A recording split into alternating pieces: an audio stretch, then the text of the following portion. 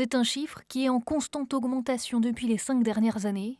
En Sarthe, les violences intrafamiliales ont concerné 1453 interventions du groupement de gendarmerie en 2020.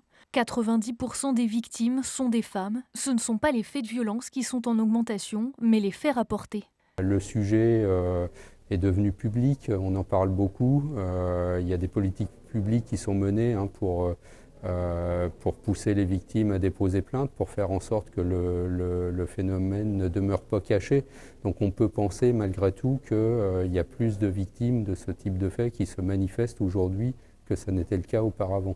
Mais bien souvent, dans le cadre de violences psychologiques ou physiques, la victime ne dépose pas plainte et ne consulte pas de médecin. C'est pas si simple de sortir du cycle des violences. Donc c'est aussi pour ça que 55% de victimes ne font pas ces démarches-là.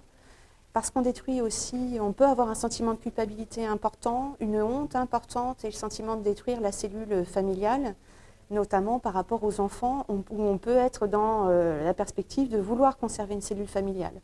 Donc tout l'enjeu, c'est de sensibiliser le grand public, nous tous, à ce sujet-là pour pouvoir accompagner les personnes, leur dire qu'elles sont victimes et ce qu'elles vivent n'est pas normal, y compris quand il s'agit de violences économiques, par exemple le fait de garder la carte bancaire, ça c'est pas normal, le fait de garder les papiers d'identité, les insultes, bien évidemment on sait que c'est pas normal, mais on est déjà dans les violences.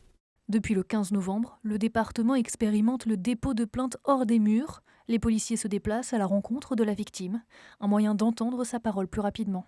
Ça peut être par exemple au siège d'une association auprès de laquelle la victime se serait manifestée, ou ça peut être, comme ça a été le cas pour la première plainte qui a été prise dans ces conditions par le commissariat du Mans, au centre hospitalier alors que la victime est hospitalisée suite aux blessures qu'elle a reçues. Par ailleurs, des téléphones grave danger et des bracelets anti-rapprochement sont également mis en place pour protéger les victimes. À ce jour, en Sarthe, 18 téléphones et 5 bracelets sont actifs.